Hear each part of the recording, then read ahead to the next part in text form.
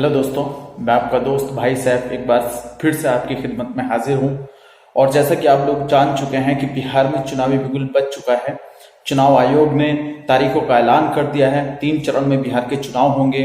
10 नवंबर को रिजल्ट आएगा। उसी सिलसिले में आज मैं आपसे बात करने जा रहा हूं। जो चुनाव आयोग ने ऐलान किया है, जिसका पहला चरण 28 अक्टूबर को होगा, दूसरा 3 नवंबर को और तीसरा 7 नवंबर को। 3 चरण में चुनाव होंगे और 10 नवंबर को चुनाव का रिजल्ट आएगा। बिहार के अंदर 243 विधानसभा सीट हैं, जिनमें जो पार्टी 122 सीट लाएगी या अलायंस में एनडीए हो या यूपीए हो, वो गवर्नमेंट बनाएगी। 122 जादुई आंकड़ा है, मेजोरिटी है। अगर 122 सीटें किसी भी पार्टी की आती है या गठबंधन की आती है, वो सरकार बनाएगी।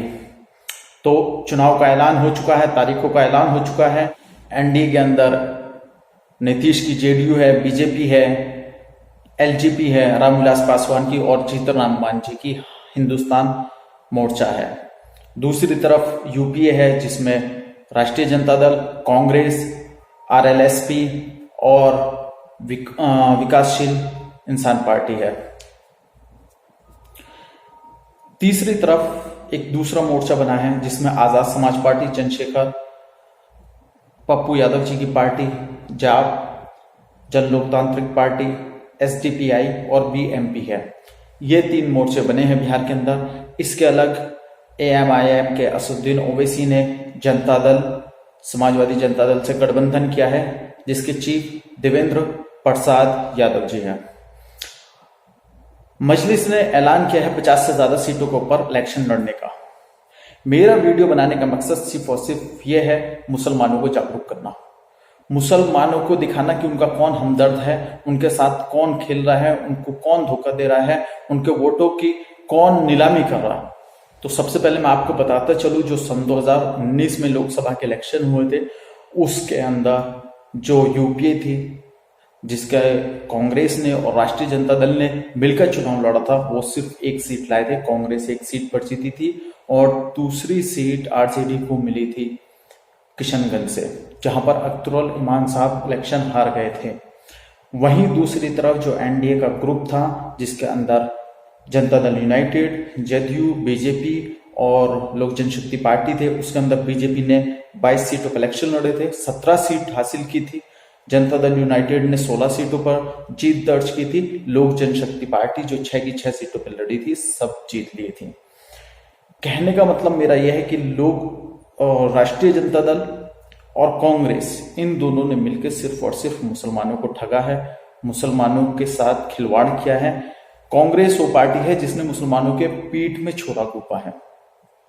चाहे भूमि अधिग्रहण कानून हो, चाहे एनआरसी हो। एनआरसी लाने वाली कांग्रेस थी। राजीव गांधी के टाइम पे एनआरसी का जो खाका था वो तैयार किया गया था, उसको अमली जामा पहनाने वाली बीजेपी। तो कांग्रेस, चाहे मुरादाबाद का नरसंहार हो, मुरादाबाद में ईदगाह में गोलियां चलवाना हो नमाजियों के ऊपर, या भूमि अधिग्रहण का कानून हो, या बाबरी मस्जिद के ताले खुलवाने हो, जहां तक कांग्रेस ने चाहा है, या मुसलमानों का इतिहास मिटाना हो किताबों से, कांग्रेस ने हर तरीके से मुसलमानों को तबाह और बर्बाद किया है। आज कांग्रेस की बदौलत है कि मुसलमानों की जो हालत है दलितों से भी बदतर है। आज जो मुसलमान फाइनेंशियल तौर पर या एजुकेशन में या आज जहां पर है, जिस हालत में है, उसमें कांग्रेस का सबसे बड़ा हाथ है। दूसरी तरफ मैं बात करना चाहूंगा बीजेपी को, तो आप लोग जानती हैं, सामने से खुलेआम तौर पर मुखालफत करते हैं जनता दल यूनाइटेड की, नीतीश कुमार की। नीतीश कुमार ने पिछले इलेक्शन में कांग्रेस के साथ और लालू प्रसाद यादव के साथ मिलकर इलेक्शन लड़ा, मुसलमानों के वोट लिए और फिर उसके बाद जाके बीजेपी की गोद में बैठ गए। नीतीश कुमार को एक कहावत है, कहा जाता है कि बेथाली का बैंगन, कि जिस तरीके से बैंगन थाली में कहीं भी रोड़कता रहता है ना, उस तरीके से नीतीश अपना पाला ऐसे बदलता रहता है। मुसलमानों के साथ सबसे बड़ी गद्दारी नीतीश ने की। मुसलमानों का वोट लिया, मोदी के अगेंस्ट कंपेनिंग की, प्रचार किया, वोट लेने के बाद फिर जाके बीजेपी की गोद में बैठ गए। दूसरा, लोक जनशक्ति पार्टी, आप इनके बारे में भी जानते हैं, पहले यूपीए के साथ थे और अब एनडीए के साथ है। अब मेरा जो मकसद है आपसे बात करने का वो ये है बिहार हो, चाहे आपका कैलकाटा हो, चाहे आपका दिल्ली हो, मुंबई हो, कहीं पे भी आप लोग लीडर नहीं है, आप सिर्फ और सिर्फ गुलाम है। और आप दरी बिछाने का काम, नारे लगाने का, जिंदाबाद मुर्दाबाद, अखिलेश जिंदाबाद और लालू जिंदाबाद, मुलायम जिंदाबाद, कुर्बानी गैंग तक आप लोगों के नाम पड़ चुके हैं। आप सिर्फ और सिर्फ ये लोग आप इस लायक रह गए हो। लीडर वो होता है जो अपनी लीडरशिप बनाए। मैं नहीं कहना कि आप ओवैसी को वोट दो, आप खुद ओवैसी जैसा बनो, आप लीडर बनो। आप लीडर के नाम पे क्या करते? आप जाके अखिलेश के पैरों में, अखिलेश के ऑर्डर के मोहताज रहते, या तेजस्वी के ऑर्डर के मोहताज रहते, नीतीश के ऑर्डर के मोहताज रहते। जैसा नीतीश कहेगा वैसा आप करेंगे, जैसा तेजस्वी कहेगा वैसा आप करेंगे, जैसा अखिलेश कहेगा वैसा आप करेंगे, जैसा मायावती कहेगी वैसा आप करेंगे। आप अपनी कौम के लिए खुद से कुछ भी डिसीजन नहीं ले सकते। आप अपनी कौम को बेहतरी के लिए कुछ भी नहीं कर सकते। आप खुद दूसरों के ऊपर डिपेंड है। मैं आपको सामने से एग्जांपल देता हूं अखिलेश यादव का। आजम खान, आज जिस पार्टी का अखिलेश यादव राष्ट्रीय अध्यक्ष है, आजम खान उसका फाउंडर मेंबर है। आजम खान समाजवादी पार्टी का फाउंडर मेंबर है। जो अब दो लोग जिंदा बचे हैं फाउंडर मेंबर में, एक मुलायम सिंह यादव हो और दूसरा आजम खान। 5 लोगों ने समाजवादी पार्टी की बुनियाद रखी थी, जिसमें से 2 लोग जिंदा हैं, आजम खान और मुलायम सिंह यादव। अब आजम खान का हाल आप देख सकते हैं। आजम खान, उसकी बीवी, उसका लड़का कितने दिनों से जेल में है। आजम खान ने खुद तक स्टेटमेंट दिया कि पार्टी मेरा साथ नहीं दे रही। अखिलेश यादव ने कितने धरना प्रदर्शन किए, अखिलेश यादव ने कितनी बार आके रोड जाम किया, अखिलेश यादव ने कितनी बार अपना विरोध जताया आजम खान के लिए? कहीं भी नहीं। ये लोग सिर्फ और सिर्फ आपका फायदा उठाते, सिर्फ और सिर्फ आपका वोट चाहते।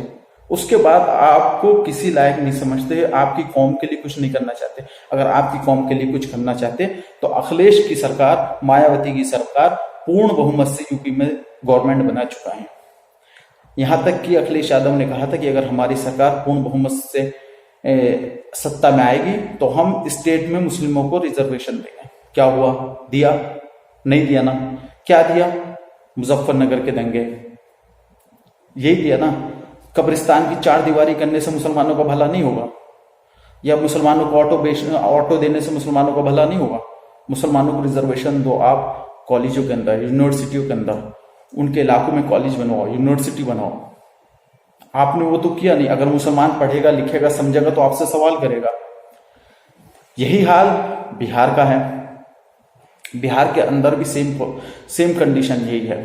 अब वहां पर एक आस जगी है, एक उम्मीद जगी है। MIM की एक सीट निकली है कमरुल हुदा सामने। मेरी आप सब लोगों से गुजारिश है कि जितना ज्यादा हो सके मजलिस को वोट करें, मजलिस को सपोर्ट करें। मैं मजलिस का कोई कार्यकर्ता नहीं हूं, मगर आप अपने आप से खुद से देखें कि आपकी मस्जिद के लिए हो, बाबरी मस्जिद के लिए हो, CA के अगेंस्ट हो, NRC के अगेंस्ट हो, आपके हर मुद्दे को अगर लोकसभा में किसी ने उठाया है तो वो एकमात्र लीडर है ओवैसी। अगर कौम के हित के लिए कोई बोला है तो वो एकमात्र लीडर है ओवैसी। अगर कौम के लिए कोई लड़ा है वो एकमात्र लीडर है ओवैसी। अगर बाबरी मस्जिद इलीगल थी तो फिर वो तोड़ने वालों को क्यों मिली, और अगर लीगल थी तो फिर उनको क्यों दिए?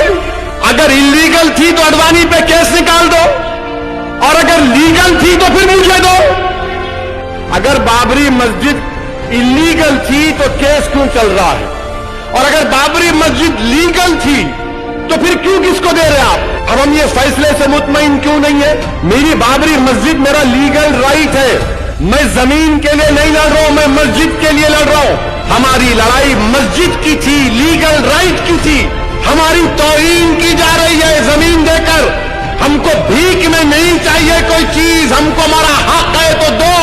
हमको भिखारी समझकर मत देखो। हम हिंदुस्तान के बाइज्जत शहरी हैं। हम कोई किराएदार नहीं है, हम कोई फकीर नहीं है, भिखारी नहीं है कि तुम्हारे फेंके हुए टुकड़ों पर जिंदा रहेंगे। हम लड़ाई लीगल राइट की है। बाबरी का केस लड़ना हो, बाबरी मस्जिद के लिए पर्सनल लॉ बोर्ड को इमदाद करनी हो, या पूरे भारत के अंदर कहीं भी मुसलमान के ऊपर जुल्म हो, ज्यादती हो, उसके खिलाफ अगर कोई खड़ा होता है वो एकमात्र लीडर है ओवैसी। और हम लोग उसे क्या कहते हैं? बीजेपी का एजेंट। जो बीजेपी, जिसके हम बीजेपी का एजेंट कहते हैं वो आज तक बीजेपी से नहीं मिला। जिसे हम बीजेपी का एजेंट कहते हैं वो आज तक उन लोगों के दर पे नहीं गया। और आप लोग जिसको वोट करते हो, जिसका झंडा बुलंद करते हो, जिसके लिए नारे लगाते हो जिंदाबाद के, मायावती बीजेपी से मिली। मुलायम सिंह यादव ने माफी मांगी कार सेवकों के लिए गोली चलाने के ऊपर। मुलायम सिंह यादव ने कहा, मुबारकबाद दी नरेंद्र मोदी को दोबारा से इलेक्शन जीत के आने के लिए। आपने खुद ने देखा होगा लोकसभा के अंदर सन 2019 इलेक्शन से पहले मुलायम सिंह यादव ने खुद ने कहा कि मेरी शुभकामनाएं हैं कि आप फिर से दोबारा से बन गए। इन्होंने गठबंधन किए बीजेपी से। नीतीश कुमार जिसने आपका वोट लिया वो बीजेपी के साथ है। और आप एजेंट किसे कहते हो? आप एजेंट कहते हो ओवैसी को।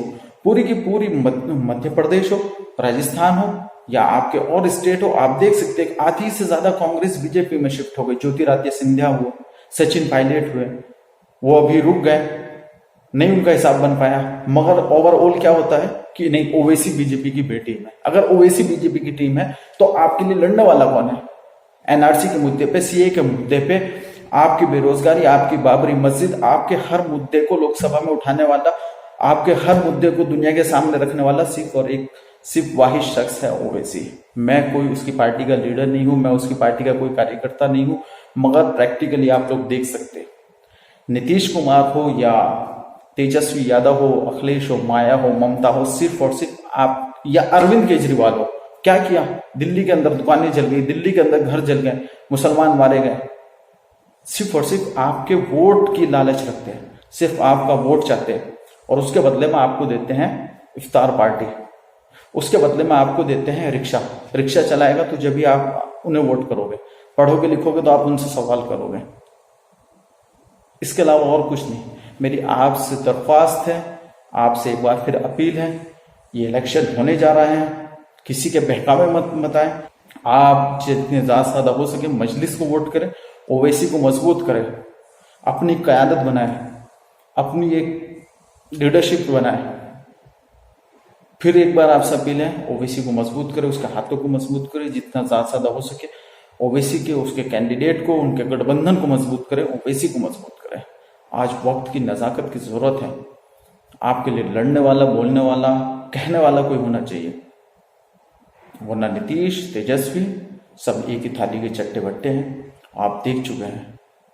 बस आपसे विदा चाहूंगा, फिर मिलूंगा एक नई वीडियो के साथ। तब तक के लिए जय हिंद।